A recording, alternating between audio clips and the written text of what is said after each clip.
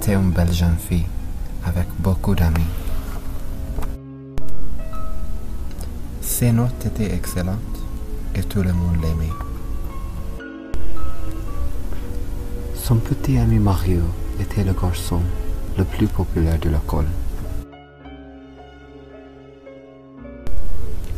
Ses parents étaient riches, ainsi les gens pensaient qu'elle était heureuse. Les gens ne savaient pas comment elle se sentait vide. Elle voulait plaire à tout le monde.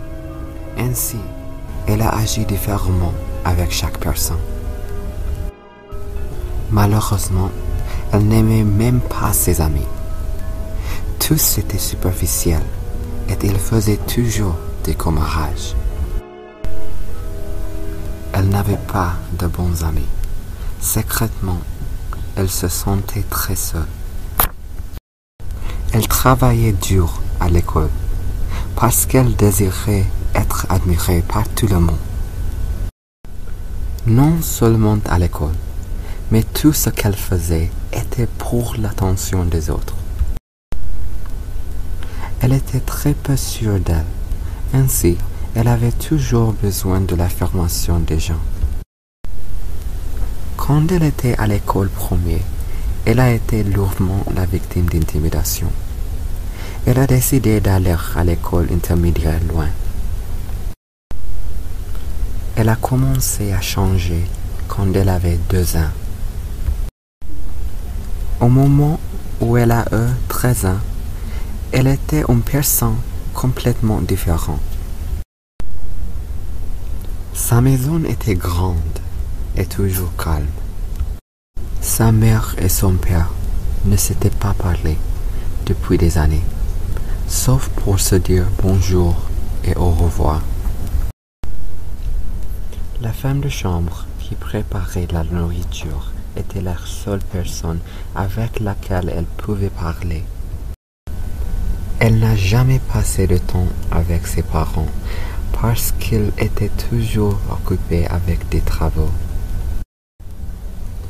Elles ne mangeaient jamais ensemble. Ainsi, elle mangeait toujours seule. Elle ne se sentait jamais chez elle. Chaque jour qui passait était plus déprimant que le dernier pour elle. Elle sortait avec Mario depuis un an. Il pensait que, puisqu'ils sortaient ensemble depuis une longue période, ils devaient avoir des relations sexuelles. Elle ne voulait pas avoir de relations sexuelles, mais pour rendre son petit ami heureux, elle avait accepté. Peu de temps après, elle a découvert qu'elle était enceinte. Elle avait si peur de ce que les gens pensaient qu'elle a décidé de se faire avorter. Après avoir eu l'avortement, elle a conduit chez lui. Elle est allée à sa chambre. Elle a fermé la porte. Elle s'est assise dans un coin de sa chambre pendant des heures.